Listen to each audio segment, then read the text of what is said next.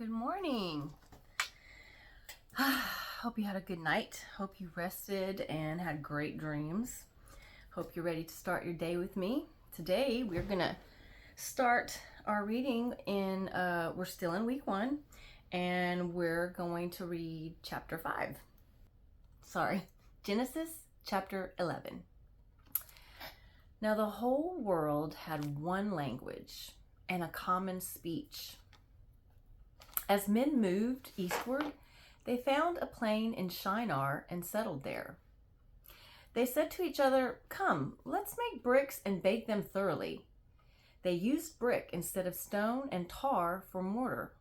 Then they said, "Come, let us build ourselves a city with a tower that reaches to the heavens, so that we may make a name for ourselves and not be scattered over the face of the whole earth." But the Lord came down to see the city and the tower that the men were building. The Lord said, "If as one people speaking the same language they have begun to do this, then nothing they plan to do will be impossible for them.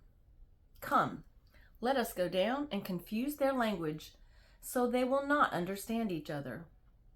So the Lord scattered them from there over all the earth, and they stopped building the city. That is why it was called Babel, because there the Lord confused the language of the whole world. From there the Lord scattered them over the face of the whole earth. This is the account of Shem. 2 years after the flood, when Shem was 100 years old, he became the father of Arphaxad. And after he became the father of Arphaxad, Shem lived 500 years and had other sons and daughters. When Arphaxad had lived 35 years, he became the father of Shelah. And after he became the father of Shelah, Arphaxad lived 403 years and had other sons and daughters. When Shelah had lived 30 years, he became the father of Eber. And after he became the father of Eber, Shelah lived 403 years and had other sons and daughters. When Eber had lived 34 years, he became the father of Peleg. And after he became the father of Peleg, Eber lived 430 years and had other sons and daughters. When Reu had lived 32 years, he became the father of Serug. And after he became the father of Serug, Reu lived 207 years and had other sons and daughters. When Serug had lived 30 years, he became the father of Nahor. And after he became the father of Nahor, Serug lived 200 years and had other sons and daughters. When Nahor had lived 29 years, he became the father of Terah. And after he became the father of Terah, Nahor lived 119 years and had other sons and daughters. After Terah had lived 70 years, he became the father of Abraham, Nahor, and Haran. This is the account of Terah. Terah became the father of Abram, Nahor, and Haran. And Haran became the father of Lot. While his father Terah was still alive, Haran died in Ur of the Chaldeans in the land of his birth.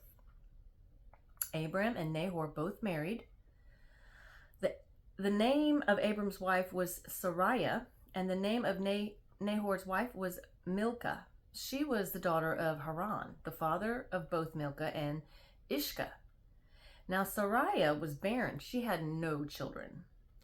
Terah took his son Abram, his grandson Lot, son of Haran, and his daughter-in-law Sarai, the wife of his son Abram, and together they set out from Ur of the Chaldeans to go to Canaan. But when they came to Haran, they settled there. Terah lived 205 years, and he died in Haran. The Lord had said to Abram, "Leave your country, your people, and your father's household, and go to the land I will show you. I will make you into a great nation, and I will bless you. I will make your name great, and you will be a blessing. I will bless those who bless you, and whoever curses you, I will curse. And all peoples on earth will be blessed through you." So Abram left, as the Lord had told him, and Lot went with him. Abram was 75 years old when he set out from Haran. He took his wife Sarai, his nephew Lot, all the possessions they had accumulated and the people they had acquired in Haran, and they set out for the land of Canaan. And they arrived there. Abram traveled through the land as far as the site of the great tree of Moreh at Shechem. At that time, the Canaanites were in the land. The Lord appeared to Abram and said, "To your offspring I will give this land." So he built an altar there to the Lord, who had appeared to him.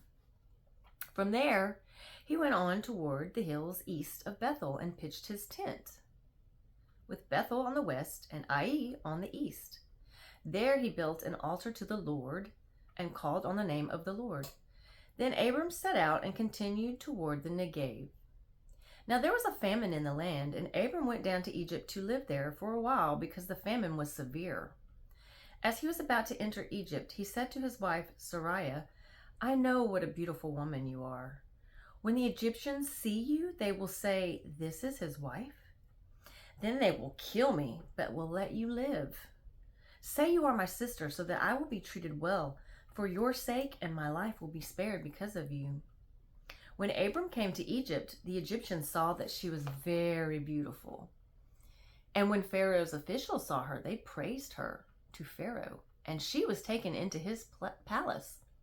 He treated Abram well for her sake, and Abram acquired sheep and cattle, male and female donkeys, men servants and maidservants, and camels. But the Lord inflicted serious diseases on Pharaoh and his household because of Abram's wife Sarai. So Pharaoh summoned Abram. "What have you done to me?" He said, "Why didn't you tell me she was your wife? Why did you say she is my sister, so that I took her as my wife? Now, then, here is your wife. Take her and go." Then Pharaoh gave orders to Abram. To his men, they sent him on his way with his wife and everything he had. So Abram went up from Egypt to the Negev with his wife and everything he had, and Lot went with him. Abram had become very wealthy in livestock and in silver and gold. From the Negev, he went from place to place until he came to Bethel, to the place between Bethel and Ai, where his tent had been earlier, and where he had first built an altar. There Abram called on the name of the Lord. Now we're on Matthew chapter 5, verses 1 through 26. Now, when he, Jesus, saw the crowds, he went up on a mountain and sat down. His disciples came to him, and he began to teach them, saying, "Blessed are the poor in spirit, for theirs is the kingdom of heaven.